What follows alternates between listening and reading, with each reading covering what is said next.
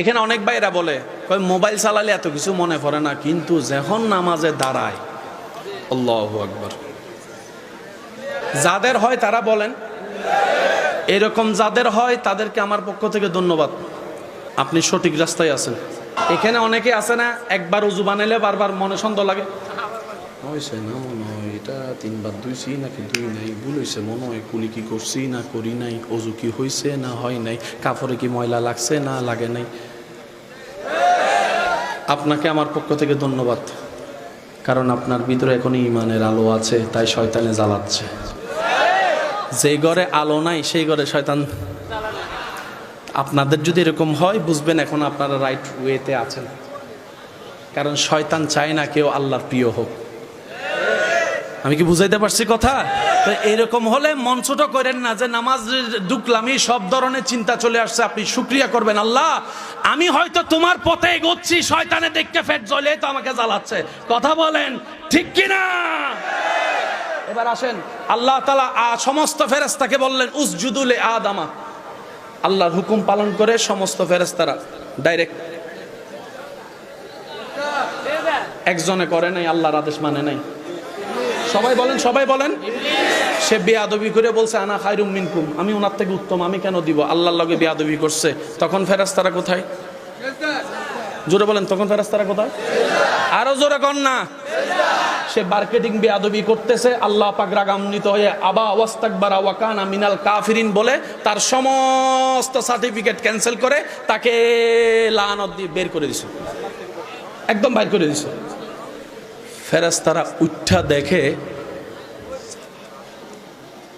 যখন গেছে তখন সব স্বাভাবিক, বেয়াদবি করে ফেলছে, আল্লাহ জালালি হালতে চলে গেছে। ফেরেশতারা উঠা দেখে সব পরিবেশ ভিন্ন। ফেরেশতারা আল্লাহর সেই রাগ থেকে বাঁচার জন্য আবারও সিজদা দিচ্ছে। আরেকটু জোরে কোন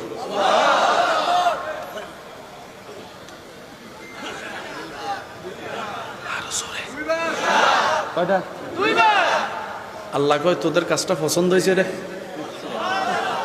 কিয়ামত পর্যন্ত আমার বান্দাদেরকে দিয়ে আমি আল্লাহ। মন খুলে বলেন, আরো জোরে বলেন। নিজের সচক্ষে কাবা দেখেছেন কে কে? হাত তুলেন। কাবা, কাবা, মাশাআল্লাহ মাশাআল্লাহ মাশাআল্লাহ মাশাআল্লাহ। এবার হাতটা রাখেন। কোন কালারের কাপড়? শরীরে কোন কালারের কাপড়? সাদা। জোরে বলেন, শরীরে কোন কালার? কাবাই কোন কালার? কালো কালার কেউ পছন্দ করে না, কাইল্লা। কিন্তু সে কালো যখন আল্লাহর ঘরে আপন হয়ে যায়, মানুষ সে কাবার কালো গিলাপ দেখার জন্য পাগল হয়ে যায়। একটু ধরার জন্য ঝগড়া করে পর্যন্ত, এই সুইসর আমি ধরি। সুবহানাল্লাহ বলেন না রে ভাইয়া? কালো কত দামি হয়ে যায় রব যখন কালোটাকে আপন করে নাই, বলেন না সুবহানাল্লাহ। কালোর কোনো দাম নাই। হাফসি যখন আল্লাহ রসুল বলছেন বেলাল তুই আমার, তুই আমার, সুবহানাল্লাহ জোরে বলেন না। যে গোলামকে কেউ কখনো মূল্যায়ন করে সামনে যেতে দেয় নাই, আল্লাহ রসুল এমন সম্মান দিয়েছে, সেই বেলালকে নামাজের আজানের ইমাম বানিয়ে দিয়েছেন। সুবহানাল্লাহ। বেলাল কালো দামি হয় যদি দামির লগে লাগতে, শুধু দামিটা আমাদের খুঁজে বাইর করতে হবে। ভাইয়া মনোযোগ আছে আপনাদের? আসলে কষ্ট হচ্ছে না তো আপনাদের? এবার আপনি আল্লাহর ঘরে গেলেন সাদা কাপড় পরে, লব্বাইক আল্লাহুম্মা লব্বাইক লব্বাইক লা শারীকা লাক লব্বাইক ইন্নাল হামদা ওয়ান নি'মাতা লাকা ওয়াল মুলক লা। আল্লাহ আজকে যারা পড়তেছে তাদেরকে জীবনে একবার হলো তোমার ঘরকে সামনে রেখে পড়ার তুমি একটু সুযোগ করে দিও।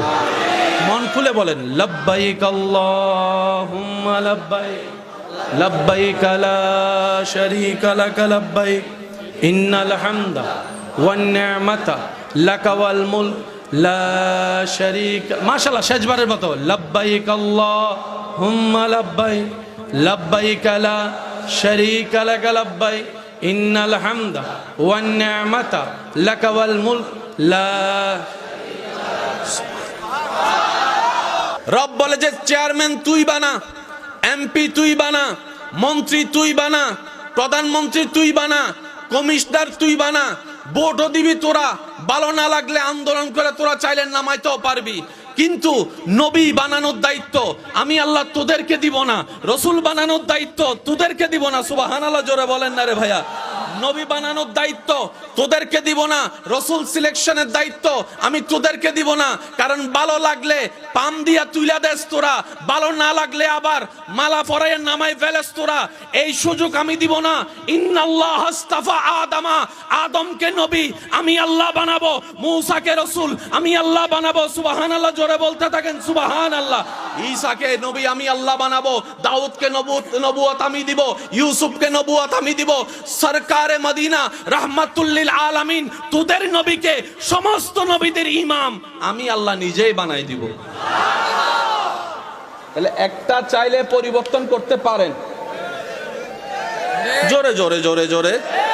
এই যে দেখেন কিছুক্ষণ আগে প্যান্ডেলের কাপড়টা লাগাইছে, এখন ওনারা খুলিয়ে ফেলতেছে, তাহলে পরিবর্তন হয়েছে কি হয় নাই? তাই আদম নবীরে পরিবর্তন করে আরেকজনকে বসান। জোরে বলেন না, জোরে বলেন না। রব বলে যে নবীর দায়িত্ব আমার, রসুল বানানোর দায়িত্ব আমার।